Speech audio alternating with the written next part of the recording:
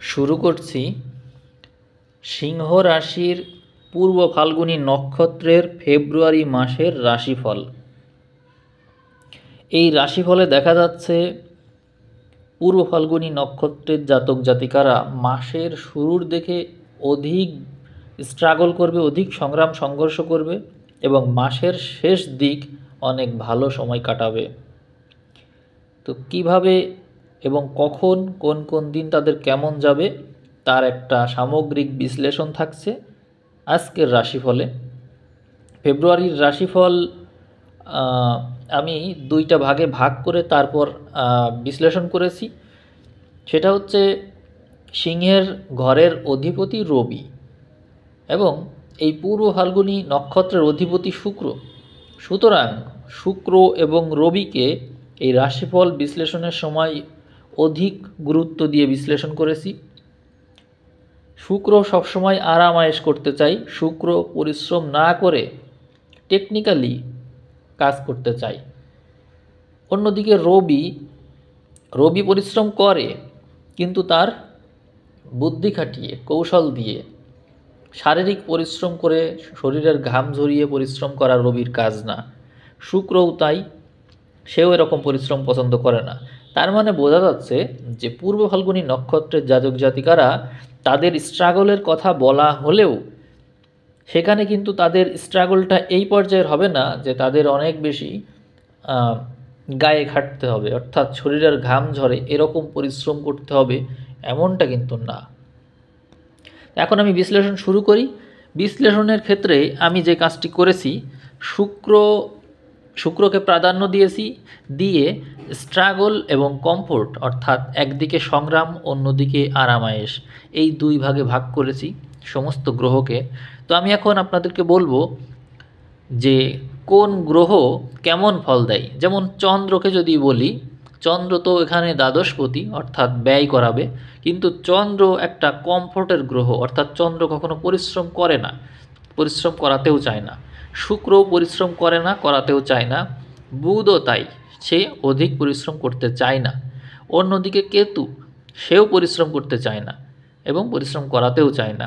বৃহস্পতিও তাই, পরিশ্রম করতে চায় না, করাতেও চায় না। এই গ্রহগুলো কমফোর্ট দিয়ে থাকে। তো যারা কমফোর্ট দিয়ে থাকে এই গ্রহগুলো কিন্তু শুক্রের পক্ষের গ্রহ, পূর্ব ফাল্গুনী নক্ষত্রের পক্ষের গ্রহ হচ্ছে এরা। এখন এক একটা করে দেখি কোন গ্রহ কোথায় থেকে কেমন ফল দিবে। যেমন শুক্রের কথাই প্রথমে বলি। এই শুক্র তো কমফোর্ট চাই, কিন্তু শুক্র আসে কোথায়? শুক্রকে পুরোটা মাস জুড়ে অষ্টম ঘরে দেখা যাবে। অষ্টম ঘরে শুক্র কেমন ফল দেয়? শুক্র সাধারণত অষ্টমে ভালো ফল দেওয়ার কথা না, দেয়ও না, কিন্তু এই শুক্র এই অষ্টমে গিয়ে তুঙ্গি অবস্থায় থাকছে। সুতরাং তুঙ্গি অবস্থায় থাকার কারণে শুক্র তাহলে কেমন ফল দিবে? কোনো মানুষ কাজ করে না, কিন্তু যখন সে কাজ শুরু করে তখন সে এমন কিছু করে দেখায় যে ওইটুকু কাজ করেই সে অনেক কিছু করে ফেলে। অর্থাৎ শুক্রের ভিতরে যে কৌশল রয়েছে এবং সেখানে যে সে রাহুর সাথে বসছে তার কারণে তার ক্ষমতা কিন্তু ওখানে বেড়ে যাচ্ছে এবং তুঙ্গি হয়ে যাচ্ছে ওখানে। অর্থাৎ শুক্র এই সময়ে এই ফেব্রুয়ারি মাসে যে ফলাফলটা দিবে তা স্ট্রাগলের ভিতর দিয়ে ফলাফলটা দিবে। অর্থাৎ পূর্ব ফাল্গুনী নক্ষত্রের জাতক জাতিকারা কর্মক্ষেত্রে যথেষ্ট পরিশ্রম করবে এবং পরিশ্রম করে তারা যে ঊর্ধ্বতন কর্তৃপক্ষ থাকবে তাদের মনোযোগ আকর্ষণ করতে পারবে এবং ওই মনোযোগ আকর্ষণের কারণে সে কিন্তু ভালো করে ফেলবে। সে যে ভালো করবে তার আমি বুঝলাম কি করে সেটা। দেখেন দশম ঘরটা খেয়াল করি, বৃষর ঘরটা দেখেন, বৃষতে বৃহস্পতি বসে আছে। তো বৃহস্পতি দশমে থাকার কারণে সেখানে কিন্তু একটা ভালো অবস্থা তৈরি করে ফেলেছে। অর্থাৎ দশমে বৃহস্পতি থাকার কারণে কর্মক্ষেত্রে এই জাতক জাতিকারা বেশ ভালো করবে। আবার সেটা কিন্তু একটা ঘর বিনিময় হয়েছে, অর্থাৎ অষ্টমপতি দশমে, দশমপতি অষ্টমে, এরকম একটা অবস্থা ওখানে দেখা যাচ্ছে। তার মানে এই সিংহের জাতক জাতিকারা অর্থাৎ পূর্ব ফাল্গুনী যে জাতক জাতিকারা তারা কিন্তু এমন একটা ভাব তাদের উপর থাকবে এসে যে তাদের জন্য চাকরিই থাকবে না, তাদের জন্য মানে চাকরিটা চলে যাবে, বা তাদের এমন কোনো কর্ম যে কর্মে তারা একটা রেড জোন আবিষ্কার করে ফেলবে, যে আমার মনে হয় এই কাজ আর থাকবে না, বা আমার মনে হয় চাকরি আর থাকবে না। এরকম একটা অবস্থা তাদের তৈরি হবে, যার কারণে কর্মক্ষেত্রে তারা যে অনিশ্চয়তায় পড়ে যাবে, যার কারণে তারা তাদের কৌশলে সর্বোচ্চ ব্যবহার করবে, এবং এর ফলে তারা তাদের কর্মদক্ষতার সর্বোচ্চ পর্যায়টা দেখাবে, এবং তারা কর্মক্ষেত্র তো থাকবেই, এবং ভালো একটা অবস্থা তৈরি করে ফেলবে নিজের সামান্য স্ট্রাগলের ডেভেলপমেন্টের কারণে। তারা তো স্ট্রাগল সাধারণত করে না, কিন্তু এই স্ট্রাগল তাকে এইবার ভালো কিছু দিয়ে যাবে। এর থেকে বোঝা যায় যে পূর্ব ফাল্গুনী নক্ষত্রের জাতক জাতিকারা স্ট্রাগল একটু করবে, কিন্তু সেই স্ট্রাগল যতটুকুই করুক সেটা তার সর্বোচ্চটা দিয়ে চেষ্টা করবে, এবং তার কারণে তার অবস্থা আগের চাইতে অনেক ভালো হয়ে যাবে। এরপরে আমি রবির বিষয়ে যদি বলি, দ্বিতীয় গুরুত্বপূর্ণ গ্রহ, যেহেতু সে সিংহের অধিপতি, এই রবি সপ্তমে অবস্থান করবে। দেখা যাচ্ছে মাসের শেষে সপ্তমে অবস্থান করছে, কিন্তু যদি অন্যদিক খেয়াল করি, অর্থাৎ মাসের শুরুর দিকে খেয়াল করি, তাহলে দেখা যাবে 1 থেকে 12 তারিখ সে মকরে অবস্থান করবে। এটা হচ্ছে ষষ্ঠ ঘর, সুতরাং এটা সংগ্রামের ঘর। তার মানে এটা স্পষ্ট হয়ে যায় যে মাসের শুরুর দিকে রবি ষষ্ঠে থাকার কারণে সেখানেও কিন্তু স্ট্রাগল দেখাচ্ছে। তার মানে এটা একেবারে ক্লিয়ার হওয়া গেল যে ফেব্রুয়ারি মাসের একেবারে শুরুর দিকে 1 থেকে 12 তারিখ পর্যন্ত পূর্ব ফাল্গুনী নক্ষত্রের জাতক জাতিকারা যে পরিশ্রম করবে অধিক, তার কোনো সন্দেহই আর কিন্তু থাকলো না। অর্থাৎ যারা স্ট্রাগল করাতে চায় না তারাই কিন্তু স্ট্রাগলের ঘরে বসে আছে। এই দিকে কেতুকে দেখতে পাবো সম্পদের ঘরে বসে আছে, এবং সে কিন্তু রবির নক্ষত্রে। তার মানে কেতু চেষ্টা করবে যে জাতক জাতিকার যে সম্পদ আছে সেই সম্পদটা যতটুকু পারা যায় সংগ্রহ করে রাখার, সেভ করার, এবং যাতে তা অধিক ব্যয় না হয়ে যায়। কারণ এই সময়ে জাতক জাতিকাদের সঞ্চয়ের প্রবৃত্তিও দেখা যেতে পারে, আবার অধিক ব্যয় থেকে অর্থকড়ি সঞ্চয় করে রাখার প্রবণতাও দেখা যেতে পারে। কারণ হচ্ছে যখন জাতক জাতিকারা একটি অধিক সংঘর্ষ করবে, তখন আয় হওয়ার প্রবণতাও বেশি থাকতে পারে, আবার তাদের স্বাস্থ্য ঝুঁকি বা আয় কমে যাওয়ার কারণেও তাদের অধিক পরিশ্রম করা লাগতে পারে। তো এই দুটো কারণে জাতক জাতিকারা তাদের সম্পদ নিয়ে একটু চিন্তিত থাকবে। এই বিষয়টা কিন্তু এখান থেকে কেতুর থেকে বোঝা যাচ্ছে। এরপরে যদি মঙ্গলের দিকে খেয়াল করি, মঙ্গল কিন্তু সবসময় স্ট্রাগল করাতে পছন্দ করে, কিন্তু মঙ্গল আসে কোথায়? মঙ্গল আসে কিন্তু একাদশে, লাভের ঘরে। তার মানে মঙ্গল স্ট্রাগল করালেও সে যেহেতু কমফোর্টের ঘরে আছে, একটা ভালো একটা ঘরে আছে, তার মানে মঙ্গল কিন্তু এখানে ভালো একটা ফল দেবে। এবং আশ্চর্যের বিষয় হলো এই সিংহের জন্য রাজযোগকারী গ্রহ মঙ্গল, সে একই সাথে চতুর্থ এবং নবমের অধিপতি, সে একটা কেন্দ্র এবং একটা কোণের অধিপতি। তার মানে মঙ্গল কিন্তু খুব ভালো একটা অবস্থানেই আছে। এখন মঙ্গল যেহেতু বৃহস্পতির নক্ষত্রে আছে, এবং বৃহস্পতি তো পঞ্চমপতি আবার অষ্টমপতি, তার কারণে মঙ্গল কিছু সময় ভালো দিবে, কিছু সময় খারাপ দিবে। কিন্তু যেহেতু একাদশে আছে, তার মানে সে বিপরীত পরিস্থিতি থেকেও লাভ উঠিয়ে নিয়ে আসতে সাহায্য করবে। এবং শুক্র যেহেতু অষ্টমে আছে এবং রাহুর সাথে আছে, এবং মাসের শেষে সেখানে বুধ যুক্ত হবে, তার মানে বিপরীত পরিস্থিতি থেকে লাভ উঠিয়ে আনার দক্ষতা অবশ্যই অর্জন করবে পূর্ব ফাল্গুনী নক্ষত্র। এরপর যদি শনির কথা বলি, শনি যেহেতু সপ্তমে বসে আছে, সেও বৃহস্পতির নক্ষত্রে আছে, তো সেক্ষেত্রে মাসের শেষ থেকে যদি আমরা একটু হিসাব করি, তাহলে দেখতে পাবো যে মাসের শেষ থেকে শুরু পর্যন্ত পুরোটা সময় শনি এই নক্ষত্রেই আছে, বৃহস্পতির নক্ষত্রেই আছে, এবং সপ্তমেই বসে আছে। কারণ শনি পরিশ্রম করাতে চাই, প্রচুর পরিশ্রম করায়, কিন্তু যেহেতু সে বৃহস্পতির নক্ষত্রে আছে, সুতরাং স্থানকাল পাত্র বিশেষ সে যতটুকু পরিশ্রম করাবে সেইটা কিন্তু বৃহস্পতির দিকেই নিয়ে যাবে। অর্থাৎ বৃহস্পতি যেহেতু দশমে বসে আছে, তার মানে এটা কর্মভাগ্য প্রদান করবে। এবং একই সাথে এই শনি যেহেতু সপ্তমপতি, তাহলে সপ্তম এবং দশমের একটা কানেকশন দেখা যাচ্ছে, অর্থাৎ ব্যবসা ভাগ্য কিন্তু অনেক ভালো হয়ে যাচ্ছে। কেউ যদি পার্টনারশিপ বিজনেস করতে চান বা এমন কেউ যার সাথে আপনার ব্যবসায়িক সম্পর্ক রয়েছে, তার সাথে আপনার ব্যবসায় অবশ্যই উন্নতি হবে। এই ফেব্রুয়ারি মাসের শুরু থেকে শেষ পর্যন্ত যে সময়টা আসছে, তবে শেষের দিকটা আরও বেশি ভালো, কারণ ওই সময়ে রবি এবং বুধ এই শনি কাছাকাছি চলে যাবে, এই কারণে এই সময়টা আরও ভালো হয়ে যাবে। এরপরে যদি রাহুর কথাটা একটু বলা যায়, যে রাহু কিন্তু পুরোটা মাস জুড়ে ওখানেই থাকবে, অর্থাৎ যেখানে দেখা যাচ্ছে মিনে, সেখানেই বসে থাকবে।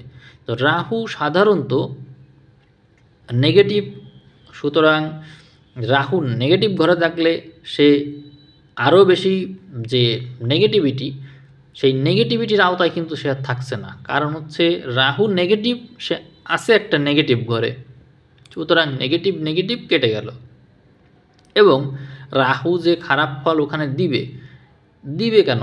কারণ ওখানে তো যার সাথে আছে সেই দুটো গ্রহই তো তার মিত্র গ্রহ, অর্থাৎ শুক্র এবং বুধ দুটোই তার মিত্র। এই জন্য রাহুর খারাপ ফল দেওয়ার সুযোগ নেই। এবং সে যার নক্ষত্রে আছে সেটা শনির নক্ষত্র, সেটাও তার মিত্র নক্ষত্র, সুতরাং তার খারাপ ফল দেওয়ার সুযোগ নেই। সুতরাং রাহু ওখানে না চাইতেও ভালো ফল দিবে। এবং আরেকটা জিনিস মনে রাখতে হবে, যেহেতু অষ্টমে রাহু বসে আছে, তার মানে বিভিন্ন রকমের বিপদ আপদ বা ফাড়া, সেই জায়গাগুলো কিন্তু মানে রাহু দৈবভাবে রক্ষা করবে সেই জায়গাগুলো থেকে।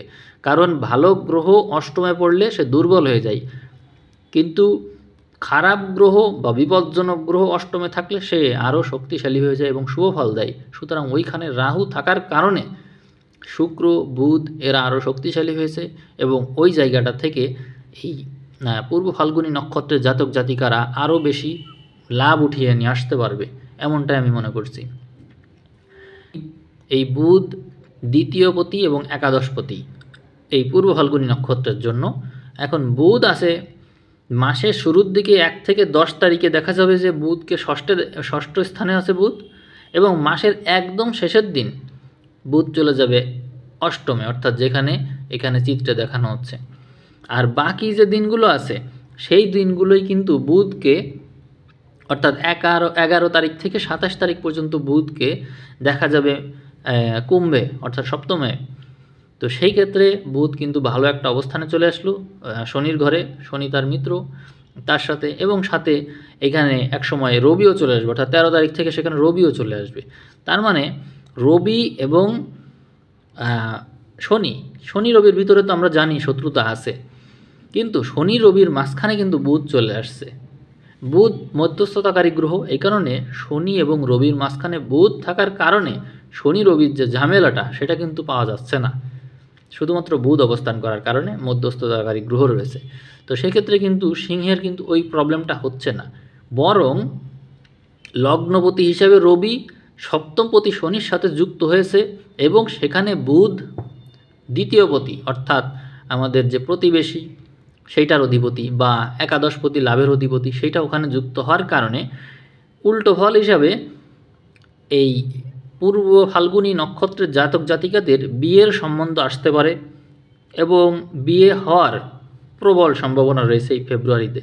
আপনারা যারা বিয়ের কথা ভাবছেন তারা এই ফেব্রুয়ারির বিশেষ করে 11 বা 13 তারিখের পর থেকে, 11 তারিখ থেকে আমি 27 তারিখ পর্যন্ত রেকমেন্ড করছি। 11 তারিখ থেকে 27 তারিখ বা 13 তারিখ থেকে 27 তারিখ, ঠিক আছে, এই সময়টা বিয়ের জন্য খুব ভালো পূর্ব ফাল্গুনী নক্ষত্রের জাতক জাতিকার জন্য। আপনারা বিয়ের জন্য এই সময়টা সিলেক্ট করতে পারেন।